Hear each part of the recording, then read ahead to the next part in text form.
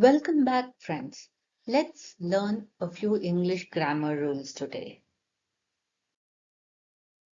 The first one, and a very important one, is you should always capitalize the first letter of every word in a sentence. As the first letter is here, I. So you say, I love India. Or here you can see, what are you doing? W is capital. So in a sentence, the first word you have, so the first letter there is capitalized. Second is you have to always end the sentence with a correct punctuation. So for example, if it's a question, you're going to end with a question mark. Here, like it is, what are you doing? So it's a question. So you end it with a question mark. Or you can see in the earlier sentence, it's a sentence, proper sentence. So you say, I love India, and then you end it with a full stop. Or if it's an exclamatory statement, then you end it with the exclamatory mark. So depending on the kind of sentence, you have to use punctuations in the sentence or in the end of the sentence. Use the adjectives before the noun, except when the verb separates noun from an adjective. So here you have rich, which is the adjective here. So he has a rich wife. So rich is the adjective and wife is the noun here. So he has a rich wife. So here you will have the adjective being used before a noun. Now here, his wife is rich. So is a verb here. So when the verb is separating the noun from the adjective, you will have a few differences. So adjective will come later after the noun. So your next one is match the subject to the verb in a number. So he likes to play. They like to read. So with he, here you say likes. With they, you say like. Next. Every sentence must have a subject and a verb. So otherwise you will call it a phrase. So James teaches. So James is the noun here. Teaches is the verb.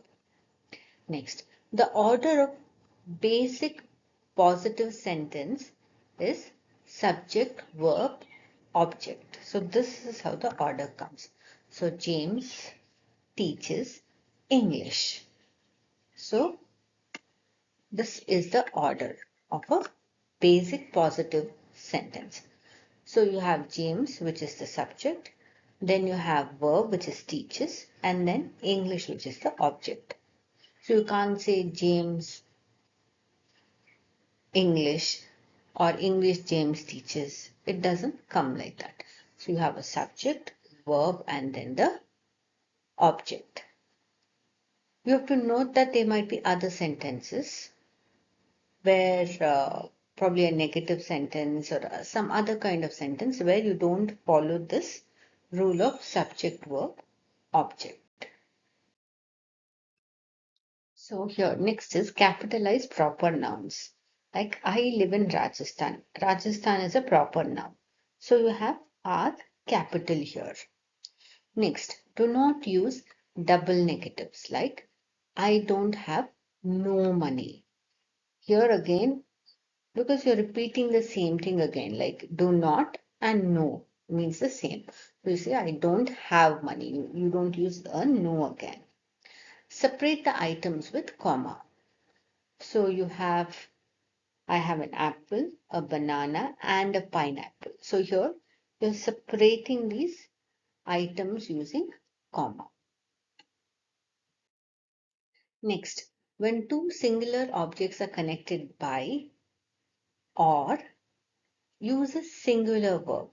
This is true for either or, neither, nor. So see, when you're using either here and here or, you use is. When you use neither nor, here you have was. So use the singular verb here. Spell proper adjectives with capital letters. Like here, Varanasi is an Indian town. So Indian is the adjective here. So it's a proper adjective. So you're using I capital. Next, pronouns should match the nouns in gender and in number. Right? The children are busy. They are finishing their assignment. Because children here means many. So you have many there, many students or many children there. So that's why you're using they and their. Thank you. We will see few more grammar rules in the future videos. Thank you.